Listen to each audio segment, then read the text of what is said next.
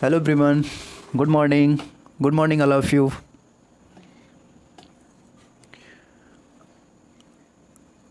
Audio video clear है ना dear? Check करके मुझे बताओ। रिपोर्ट क्लियर है ना? ऑडियो वीडियो क्लियर है? ओके। देखो गाइस, जैसा अपन लोग UP triple S C P 2022 की मॉक टेस्ट सीरीज़ को लेकर चल रहे थे, आज अपन लोग करने वाले हैं जीके का पार्ट या जीएस का पार्ट, मुग़ल एम्पायर, मुग़ल साम्राज्य। तो let's start our class for UP triple S C P mock test. Okay dear, पहला question is on screen. First question, East India Company के गठन के समय भारत में मुगल शासक कौन था? देखो, क्वेश्चन का आंसर कैसे कमिटमेंट करना है, क्या करना है, क्वेश्चन नंबर डालना है, नंबर डालने के बाद उसका ऑप्शन डालना है, इसके अकॉर्डिंग ही आंसर को कमेंट बॉक्स में छापना है। ठीक है ना dear? Okay, next question, Mughal साम्राज्य के शासकों का सही क्रम कौन सा है?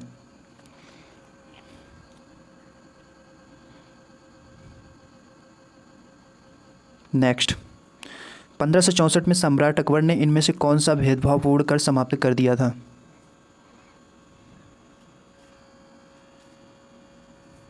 नेक्स्ट, निम्नलिखित में से किस युद्ध में शेरशाह ने हुमायूं को पूर्णतः पराजित किया? नेक्स्ट, पानीपत की दूसरी लड़ाई किसके बीच हुई थी? नेक्स्ट, टोडरमल किस से संबंधित थे? देखो गाइस, जो अभी नया जुड़ा है प्लीज़ वो चैनल को सब्सक्राइब कर दो, अपना ही चैनल है। और जो भाई बहन seriously UP triple S C P की तैयारी कर रहे हैं, सीरियसली तौर पे प्लीज़ वो इस मॉक में एनरोल हों और अपने क्वेश्चंस कमेंट करें। नेक्स्ट, इबादत खाना में स्थापित किया गया था, इससे अपनी एक्यूरेसी स्कोर चेक करें कि अपन लोगों ने किस तरीके से इस क्वेश्चनों का स्कोर या सही ढंग से किया है। ओके ना डियर? नेक्स्ट, औरंगजेब के दरबार में मनस बदार कौन थे? कमेंट करो, फटाफट से आंसर कमेंट करो। नेक्स्ट, ताजमहल का वास्तुकार था?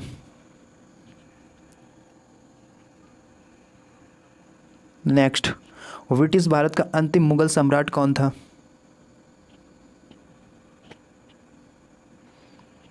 ठीक है ना डियर? ये थे आज के क्वेश्चंस, आज का मॉक टेस्ट। एक्चुअली देखो, 15 डेट कंफर्म हो गई ना पेट एग्ज़ाम की, 15 या 16 अक्टूबर को कंफर्म है ना। तो अपन लोग क्या करेंगे, दो दो मॉक टेस्ट लेकर चलेंगे। ठीक है ना डियर? दो दो मॉक टेस्ट लेकर चलेंगे, एक सुबह किया करेंगे, एक शाम को किया करेंगे, है ना।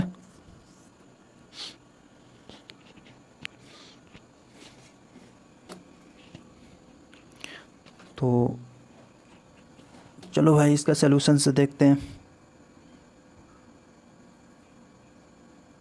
देखो, पहला क्वेश्चन था, ईस्ट इंडिया कंपनी के गठन के समय भारत में मुगल शासक कौन था? ईस्ट इंडिया कंपनी के गठन के समय भारत में मुगल शासक कौन था? अकबर था। अकबर के बारे में, ईस्ट इंडिया कंपनी के गठन के समय अकबर मुगल शासक था।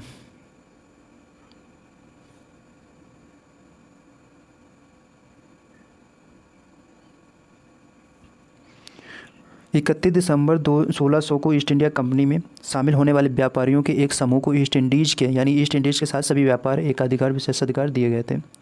कंपनी के जहाज पहली बार 1608 में सूरत बंदरगाह पर भारत पहुंचे थे। सर थॉमस रोज 1615 में राजा जेम्स प्रथम के दूत के रूप में मुगल सम्राट जहांगीर के दरबार में पहुंचे थे। 1615 में राजा जेम्स प्रथम के दूत के रूप में मुगल सम्राट जहांगीर के दरबार में पहुंचे थे और अंग्रेज़ों के लिए सूरत में एक कारखाना स्थापित करने का अधिकार प्राप्त किया। कुछ मिस्टेक्स पॉइंट हैं, वो किस तरीके से हैं ज़रा देखो उनको।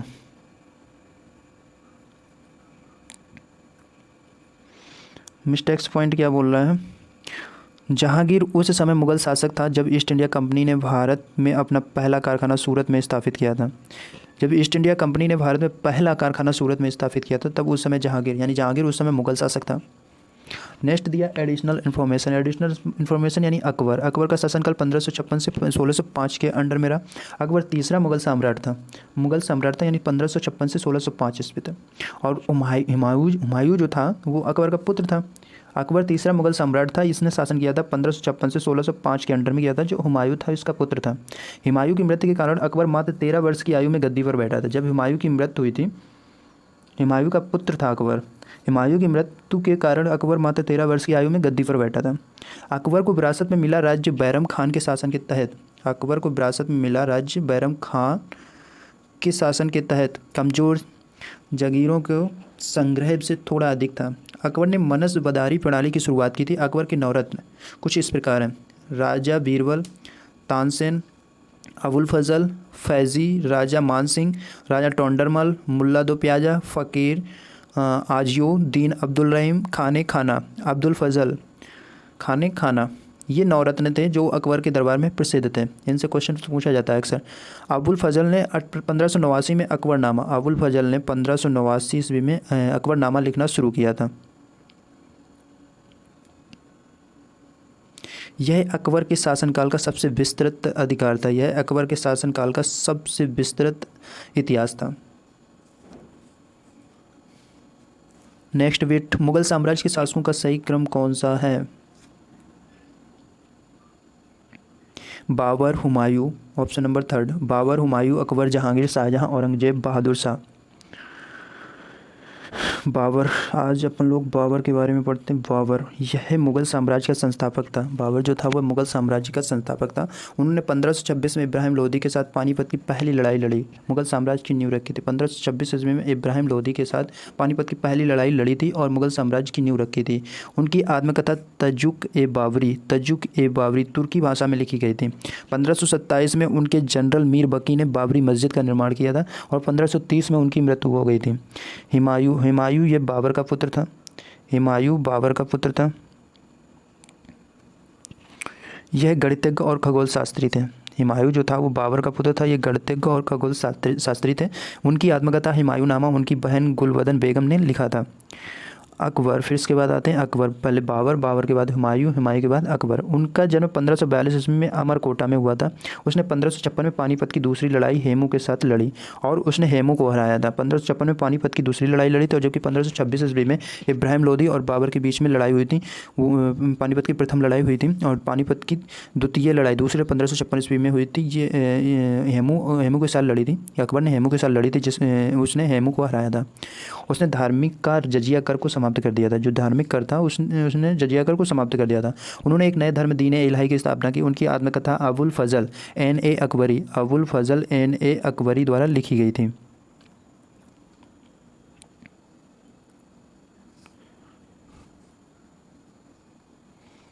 फिर इसके बाद आते हैं जहांगीर। पहले कौन आया? बाबर के बाद हुमायूं के बाद अकबर के बाद जहांगीर। उनके बचपन का नाम सलीम था। जो जहांगीर था, जहांगीर के बचपन का नाम सलीम था। क्या था? सलीम था। उन्होंने सिख अर्जुन देव के 5वें गुरु को मार डाला था। जो जहांगीर था इसने क्या किया था?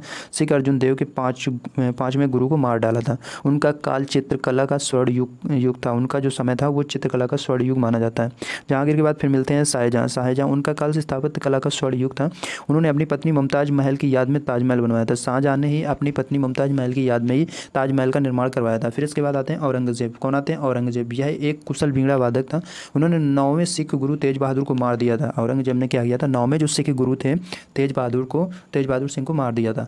इन्होंने आलमगीर के नाम को अपनाया था और उन्होंने फारसी महोत्सव नवरोज को समाप्त कर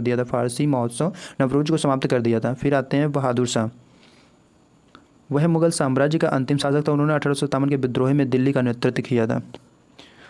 तो इसका सीक्वेंस क्या होगा? बाबर, हुमायूं के बाद अकबर के बाद जहांगीर के बाद शाहजहां के बाद औरंगजेब के बाद बहादुर शाह।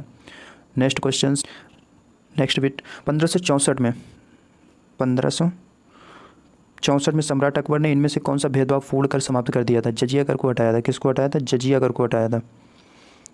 जजिया गैर मुस्लिम आबादी द्वारा मुस्लिम शासकों को दिया जाने वाला कर था। अकबर 1556 से 1605 ईस्वी का शासनकाल रहा। अकबर मुगल काल के ताकतवर सम्राटों में से एक था। उसका जन्म अक्टूबर 1542 में और मृत्यु 27 अक्टूबर 1605 को हुई थी।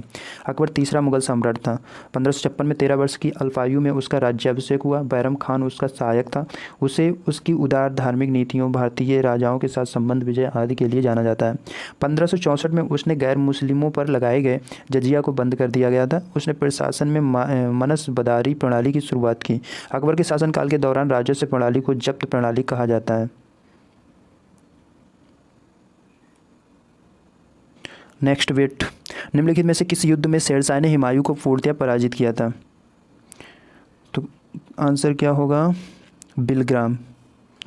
हुमायूं के 3 भाई थे। कौन से थे? हुमायूं के 3 भाई थे, कामरान, आस्करी और हिंदाल थे। कामरान, आस्करी और हिंदाल थे। हुमायूं ने अपने राज्य को अपने भाइयों के बीच विभाजित करने का विचार किया, जो एक अच्छा कदम था, लेकिन उसके लिए एक आपदा बन गया। इससे उसे काफ़ी परेशानी हुई। ये मानो कोई बड़ी भूल थी जो उसने की और इससे उसके हितों और पद को ठेस पहुंचती है। कंधार और काबुलनामा द्वारा कामरान को दिए गए थे। संभल अस्करी को और अलवर हिंदाल को दिया गया था। यह तब तक जब हुमायूं ने बहादुर शाह को हराया और गुजरात पर कब्जा कर लिया। इस क्षेत्र के लिए उन्होंने अस्करी को राज्यपाल नियुक्त किया। हालांकि जल्द ही बहादुर शाह ने अस्करी से गुजरात वापस ले लिया और अस्करी उस क्षेत्र से भाग गया था। पूर्वी भाग में कौन था? शेर खान शक्तिशाली होता जा रहा था। हुमायूं इस प्रकार 1539 की लड़ाई में शेर खान को हराने के लिए वहाँ गया था। उस लड़ाई में मुगल सेना को नष्ट कर दिया। इस हार के कारण हुमायूं को वहां से भागना पड़ा। उसके बाद हुमायूं अपने भाइयों के साथ चर्चा और बातचीत करने के लिए आगरा पहुंचा। 1540 ईस्वी में कन्नौज की लड़ाई जिसे बिलग्राम या गंगा की लड़ाई के रूप में भी जाना जाता है, हुई थी, जहां हुमायूं को शेर खान ने फिर से हराया और अपनी जान बचाने के लिए भागना पड़ा। इसके कारण हुमायूं ने अपना राज्य खो दिया और अगले 15 वर्षों के लिए निर्वासित कर दिया गया था। इस प्रकार हम कह सकते हैं जो बिलग्राम के युद्ध में शेरशाह सूरी ने हुमायूं को पराजित किया था। नेक्स्ट बिट,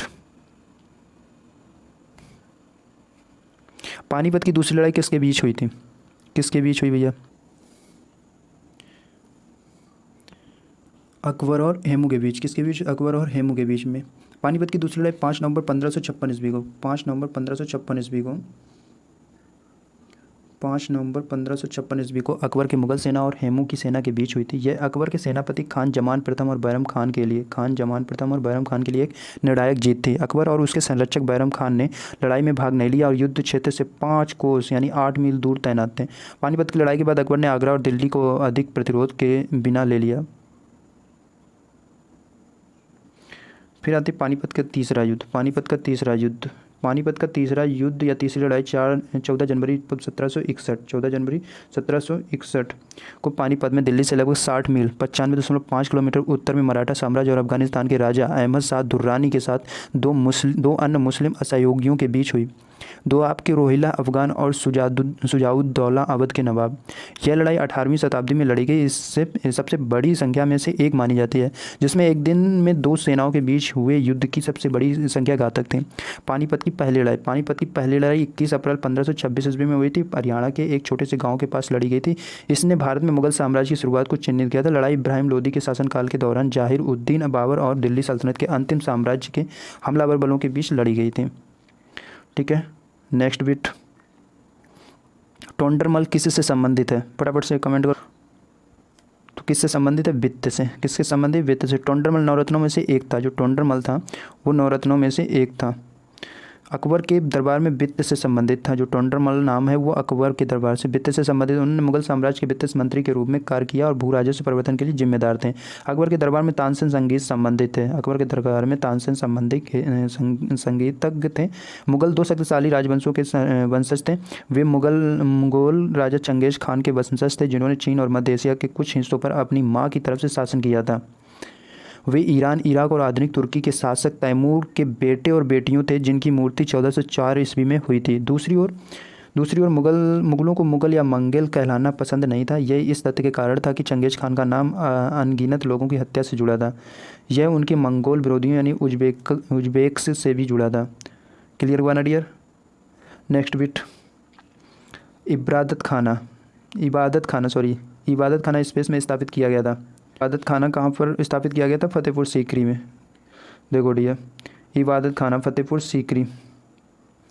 इबादत खाना पूजा का घर माना जाता है। 1575 ईस्वी में मुगल सम्राट अकबर 1556 से 1605 द्वारा फतेहपुर सीकरी में विभिन्न धार्मिक सुधारों के आध्यात्मिक नेताओं को इकट्ठा करने के लिए मनाया गया था, ताकि संबंधित धार्मिक नेताओं की शिक्षाओं पर चर्चा की जा सके। विभिन्न धर्मों के बारे में जानने की अपनी उत्सुकता में अकबर ने 1575 में फतेहपुर सीकरी में इबादत खाना के रूप में जाना जाने वाला प्रार्थना का आह्वान किया। इस स्थान पर उन्होंने चुनिंदा मनीषियों, बुद्धिजीवियों और धर्मशास्त्रियों को आमंत्रित किया और धार्मिक और आध्यात्मिक विषयों पर चर्चा भी की। उन्होंने विभिन्न धर्मों जैसे हिंदू धर्म, मुस्लिम, पारसी धर्म, ईसाई धर्म और यहाँ तक कि नास्तिकों से संबंधित विद्वानों को आमंत्रित किया। उसने इन लोगों के साथ धार्मिक वाद विवाद किया। उन्होंने इबादत खाना का दौरा किया और अकबर के साथ अपने धार्मिक विश्वास पर चर्चा की। प्रार्थना हॉल में इन चर्चाओं के परिणाम ने उन्हें इस निष्कर्ष पर पहुंचाया कि सभी धर्म एक ही लक्ष्य की ओर ले जाते हैं। फतेहपुर सीकरी। फतेहपुर सीकरी भारत के उत्तर प्रदेश के आगरा जिले का एक शहर है। 1571 से 1585 तक इस भूमिका की सेवा करते हुए सम्राट अकबर द्वारा 1571 से 1585 में इस भूमिका की सेवा करते हुए अकबर द्वारा 1571 में शहर को मुगल साम्राज्य की राजधानी के रूप में स्थापित किया गया। 1571 ईस्वी में शहर के मुगल साम्राज्य की राजधानी के रूप में स्थापित किया गया था, जब अकबर ने पंजाब में एक अभियान के कारण इसे छोड़ दिया था और बाद में 1610 में पूरी तरह के लिए छोड़ दिया गया था। जामा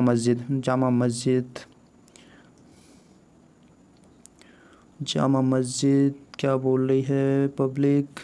हाँ, जामा मस्जिद जहाँ नुमा शायद विश्व प्रतिबंधित मस्जिद है, जिसे आमतौर पर दिल्ली की जामा मस्जिद के रूप में जाना जाता है। भारत की सबसे बड़ी मस्जिदों में से एक है। यह मुगल सम्राट शाहजहाँ द्वारा 1650 और 1656 के बीच बनाया गया था और इसका उद्घाटन उसके पहले इमाम सैयद अब्दुल गफूर साहिब बुखारी ने किया था। क्वेश्चन क्लियर हुआ ना डियर?